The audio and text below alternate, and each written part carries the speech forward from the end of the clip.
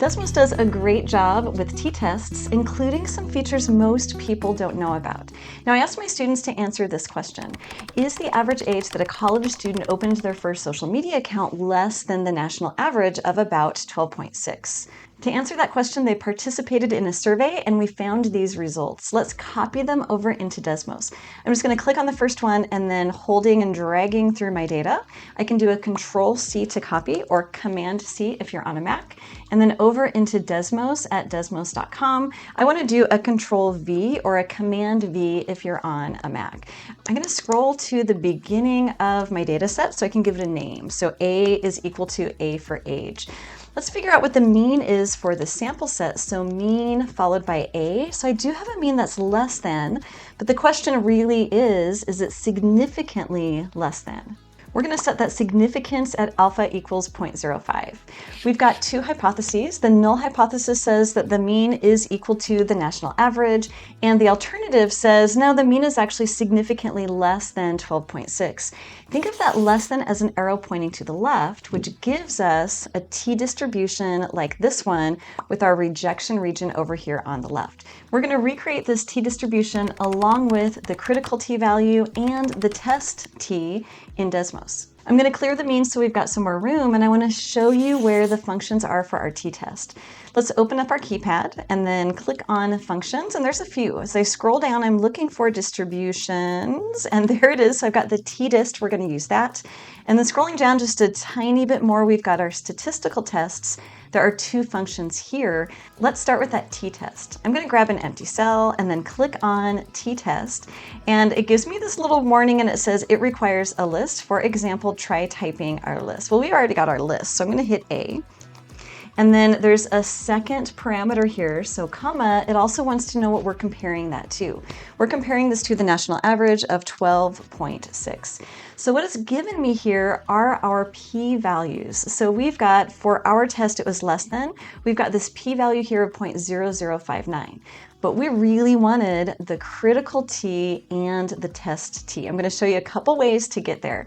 Let's grab another empty cell and then see what that t-score gives us. I'm going to scroll back down to t-score. There it is. And then clicking on t-score, the warning says that we need two arguments here, a list, comma, a number. So I'm going to give it our list again, so a, comma, and then my number that I'm comparing these to is 12.6. So we get this negative 2.7805. So these are great, and I can definitely use them, but I still need the critical t-score. To get to that one, we are going to use, and actually I'm going to put it here. We're going to do the Ttest. I'm just going to type it, but you could certainly grab this, and then parenthesis, and it wants to know what my degrees of freedom is. This is a 20 element list, so degrees of freedom is n-1, that's going to be 19, and I can now look at my cumulative probability. Let's move this up higher so we can see what we've got. It gave me a t-distribution, but let's zoom in on that using the Zoom Fit tool, this little magnifying glass. I'm going to click on that. And I also want to clean up my grid so we've got a better view of this distribution. Going over here to the graph settings, I'm going to get rid of the minor grid lines. I'm also going to get rid of that y-axis, and I want the step on the x-axis to be equal to 1, and let's get rid of our grid as well. Okay, so it's looking much better, but I want to do some cumulative probabilities here. I think the Ttest is actually a really great way to find all of the values that we found with those two separate calculations. Let me show you what I mean.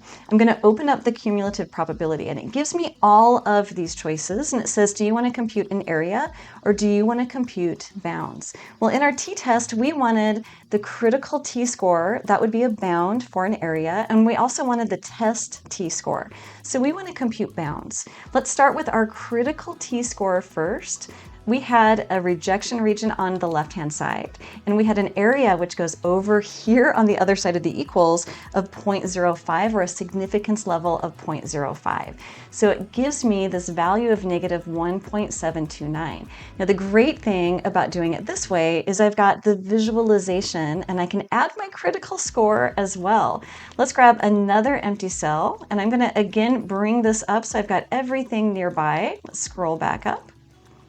And I'm going to put that point in. So that would be my x value. So negative 1.729, comma, and then 0. I do want to add a label to this, and I want my label to say, this is my critical t, so I'm just going to say TC is equal to negative 1.729.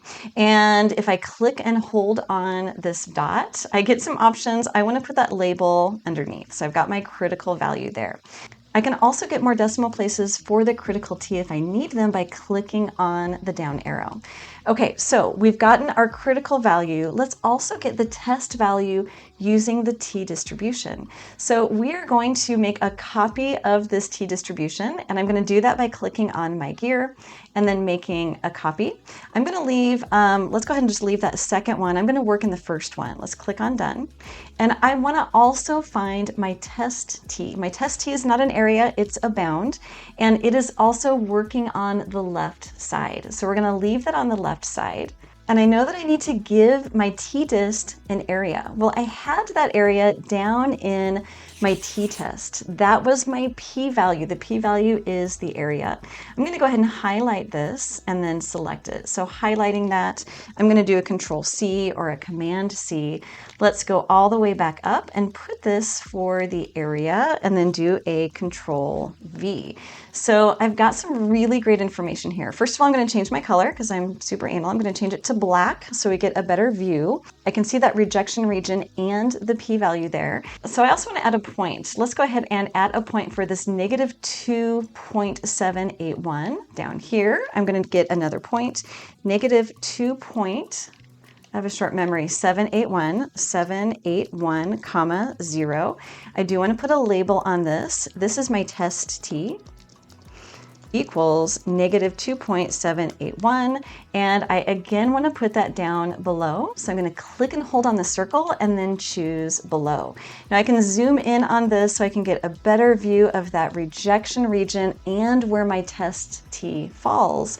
I can see that my test t falls well into my rejection region since it's beyond that critical value. So we would reject our null hypothesis, and we can conclude that we've got enough evidence to support that the average age is significantly less than 12.6. Subscribe for more Desmos and statistics. I've got another video for you here.